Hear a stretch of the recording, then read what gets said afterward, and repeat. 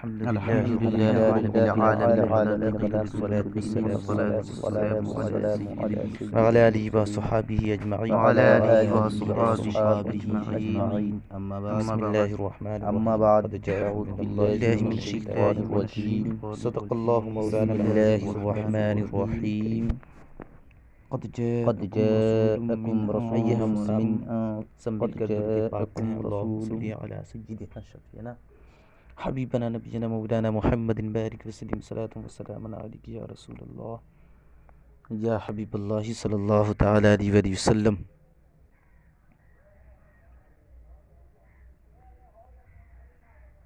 رب فرماتا ہے قد جاءکم من اللہ نور و کتاب مبین، بے شک اللہ تعالی کی طرف سے ایک نور آیا اور روشن کتاب۔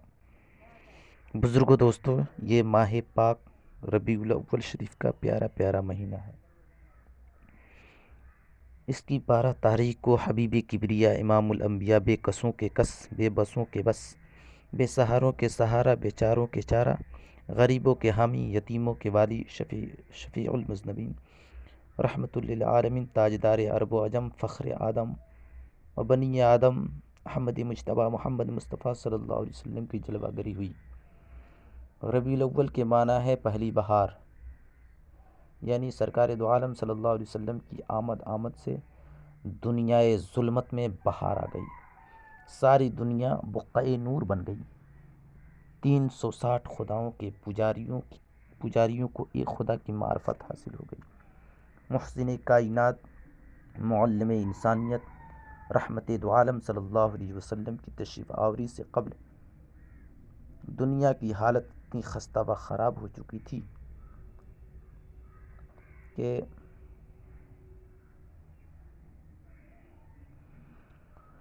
شاعر کیا ہی بہترین انداز میں لکھتا ہے، جدا ایک ایک خدا تھا ہر قبیلے ہر گھرانے کا، جدا ایک ایک خدا تھا ہر قبیلے ہر گھرانے کا، کوئی بت فتح پانے کا، کوئی بت بھاگ جانے کا، کوئی بت فتح پانے کا، کوئی بت بھاگ جانے کا، وہی کعبہ جسے پیغمبروں کی سجدہ گاہ کہیے، وہی کعبہ جسے پیغمبروں کی سجدہ گاہ کہیے، وہی کعبہ جسے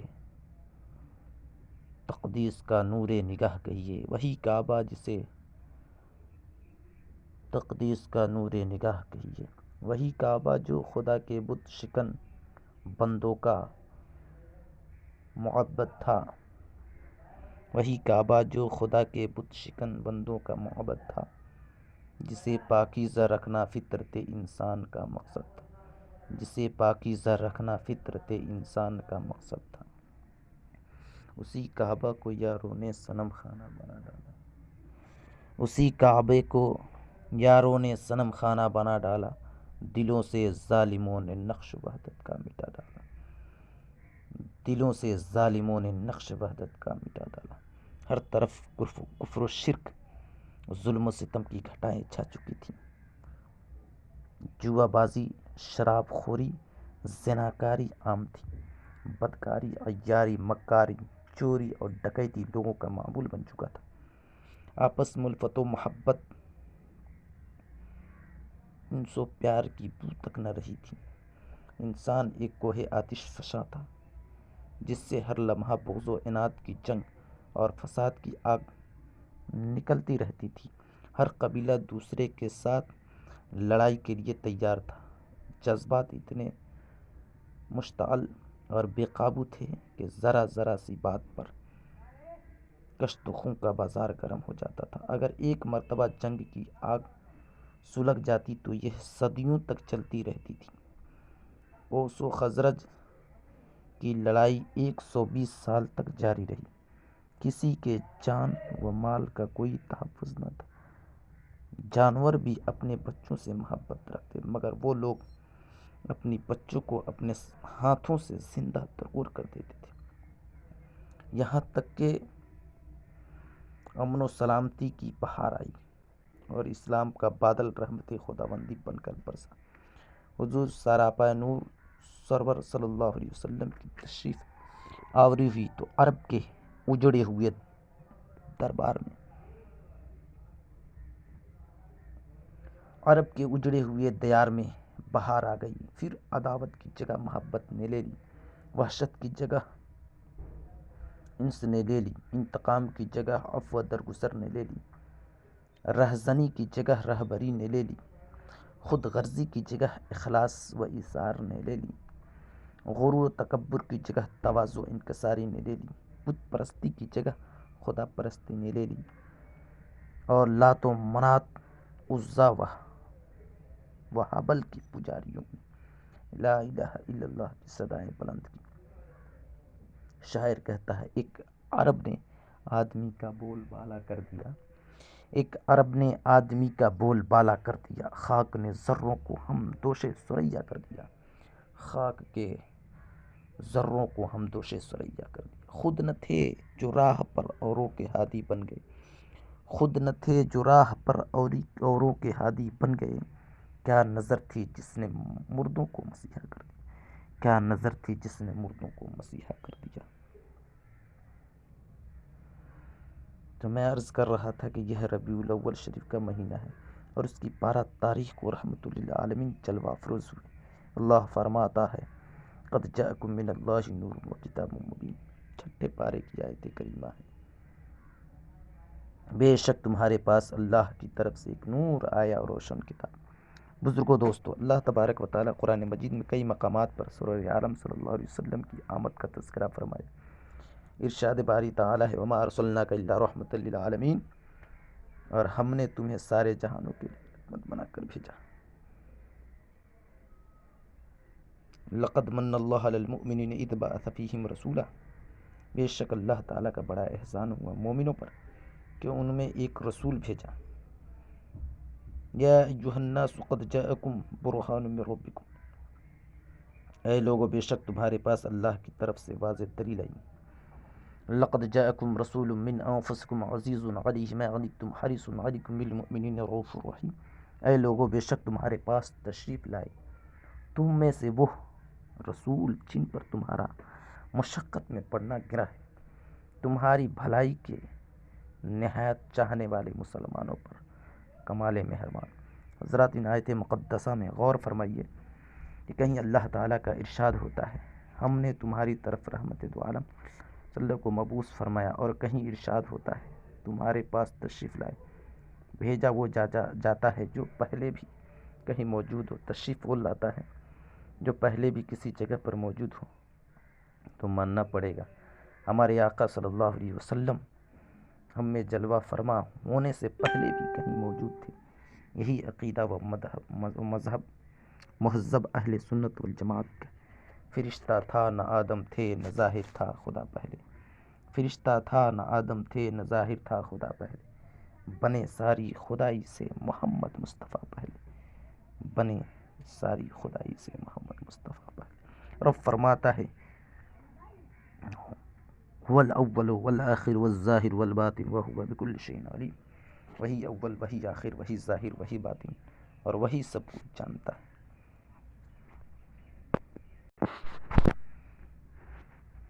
شیخ عبدالحق محدث دہلوی مدارج النبوہ کے خطبہ میں آتے ہیں کہ یہ آیت شان خدا بھی ہے اور نعت مصطفیٰ بھی۔ قلندر لاہوری علامہ اقبال نے اس کا ترجمہ یوں کہا،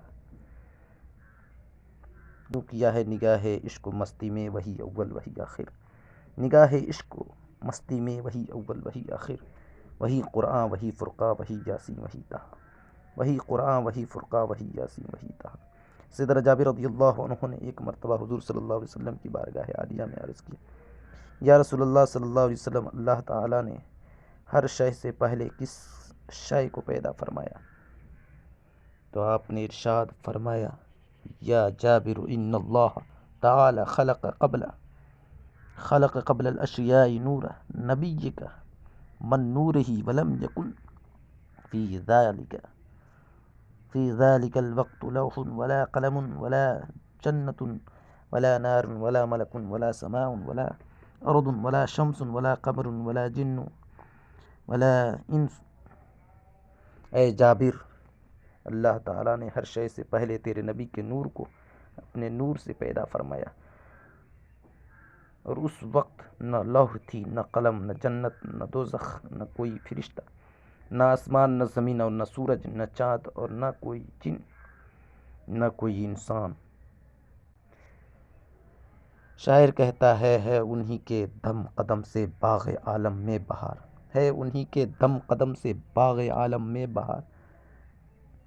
وہ نہ تھے عالم نہ تھا، وہ نہ تھے عالم نہ تھا، گر وہ نہ ہو عالم نہ ہو، گر وہ نہ ہو عالم نہ ہو۔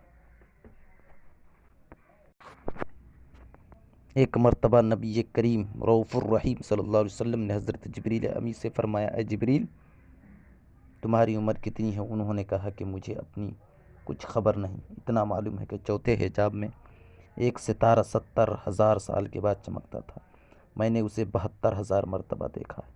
سرکار دو عالم صلی اللہ علیہ وسلم نے یہ سن کر فرمایا، وعزت ربی انا ذالک الکباکب، مجھے میرے رب کی قسم میں وہی ستارہ ہوں۔ امام الانبیاء صلی اللہ علیہ وسلم نے صیام وصال رکھنا شروع کیے، یعنی آپ نہ سحری کے وقت کچھ کھاتے، نہ افطار کے وقت کچھ تناول فرماتے، متواتر روزے سے رہتے۔ صحابہ کرام کو ادائے محبوب پسند آئی اور انہوں نے بھی اسی طرح روزے رکھنا شروع کر دیے، جس کی وجہ سے وہ کمزور ہو گئے۔ رحمت دو عالم صلی اللہ علیہ وسلم نے غلاموں کی کمزوری کو دیکھا تو ان کو ایسے روزے رکھنے سے منع فرمایا۔ ایک صحابی نے عرض کیا کہ یا رسول اللہ صلی اللہ علیہ وسلم، آپ تو ایسے روزے رکھتے ہیں اور ہمیں منع فرماتے ہیں۔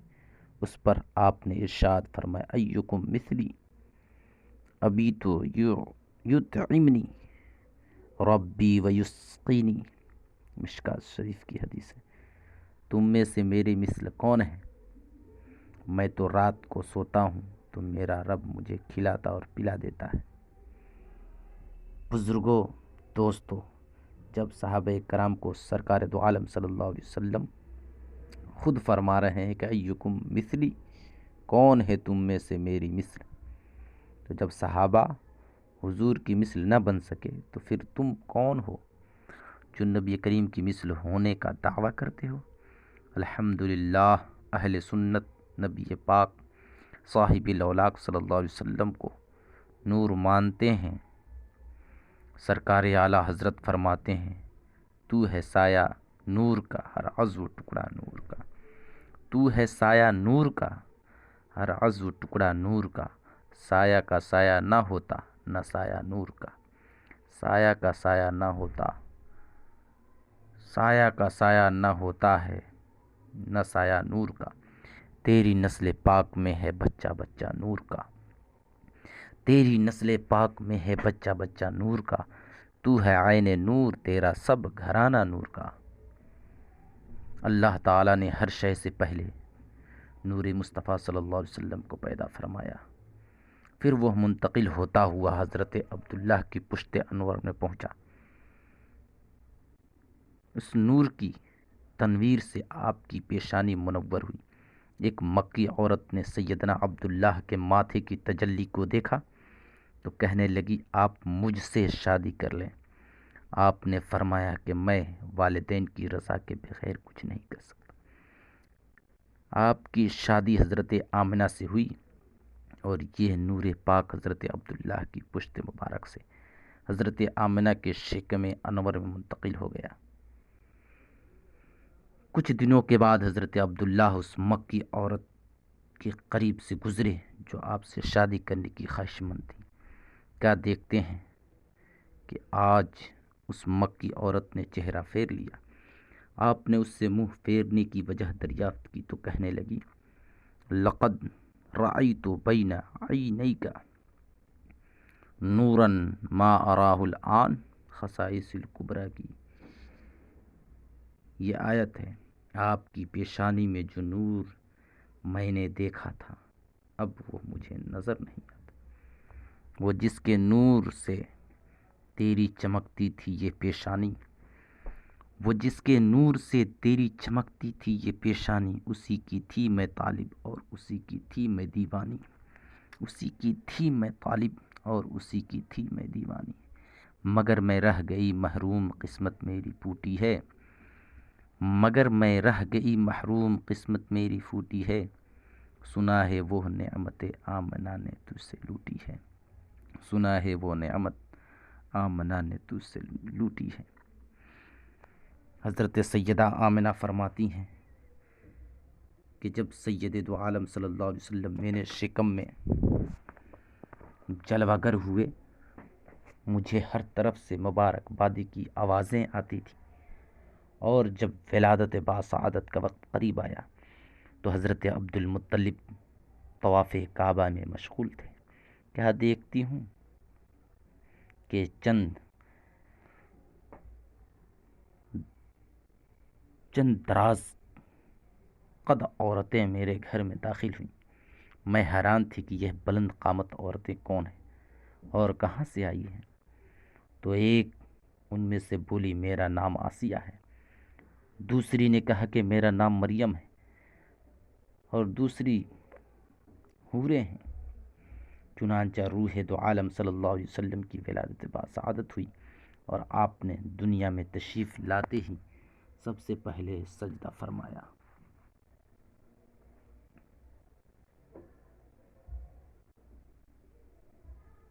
بزرگوں، دوستو، حضور علیہ الصلاۃ والسلام سجدہ کرتے ہوئے دنیا میں تشریف لائے۔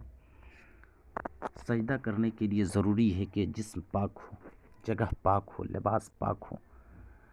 آپ نے سجدہ فرما کر یہ اعلان بھی فرما دیا کہ میں بھی پاک ہوں، جگہ بھی پاک ہے، میری والدہ بھی پاک ہے۔ آپ کی آمد سے صرف حضرت آمنہ کا گھر ہی پاک نہیں ہوا، بلکہ حضور فرماتے ہیں، جعلت لی الارض مسجدا، بخاری شریف کی حدیث ہے، میرے لیے ساری زمین مسجد بنا دی گئی ہے۔ میرے آقا صلی اللہ علیہ وسلم کے قدموں کی برکت سے زمین مشرق سے مغرب تک، شمال سے جنوب تک، تحت الثری تک پاک ہو گئی۔ نبی کی مثل بننے والوں، جہاں تم قدم رکھو زمین بھی تم سے پناہ مانگے۔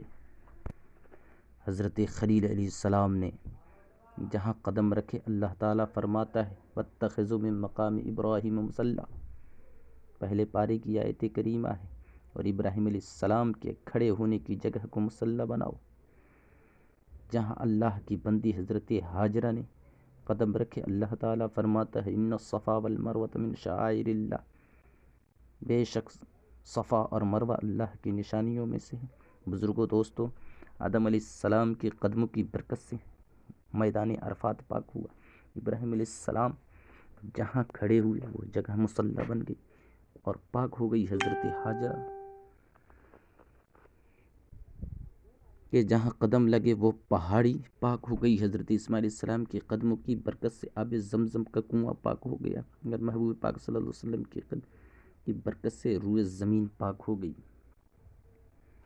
میں عرض کر رہا تھا کہ سرکار دو عالم صلی اللہ علیہ وسلم سجدہ کرتے ہوئے دنیا میں تشریف لائے۔ حضرت آمنہ فرماتی ہیں، پھر ایک سفید ابر نے آپ کو ڈھانپ لیا اور آپ میری نظروں سے اوجھل ہو گئے۔ پھر پردہ ہٹا تو کیا دیکھتی ہوں کہ آپ ایک سفید اونی کپڑے میں لپٹے ہوئے ہیں۔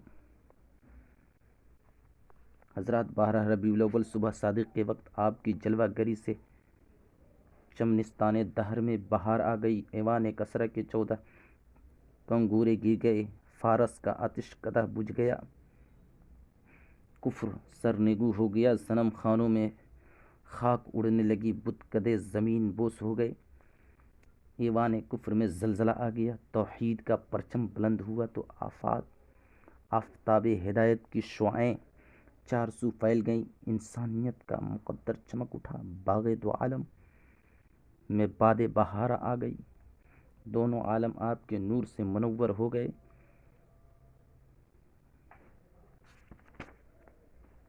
آپ کی تشریف آوری پر عرش و فرش، جن و انس، شجر و حجر، شمس و قمر، برگ و ثمر، غرض کائنات کا ذرہ ذرہ جھوم اٹھا اور سبھی نے خوشیاں منائی، سوائے ابلیس کے جہاں میں سبھی خوشیاں منا رہے ہیں۔ الحمدللہ، آج سرور عالم صلی اللہ علیہ وسلم کے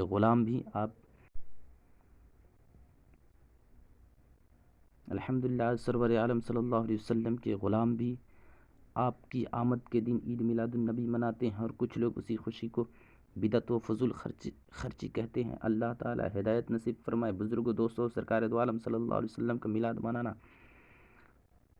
آپ کی آمد کے دن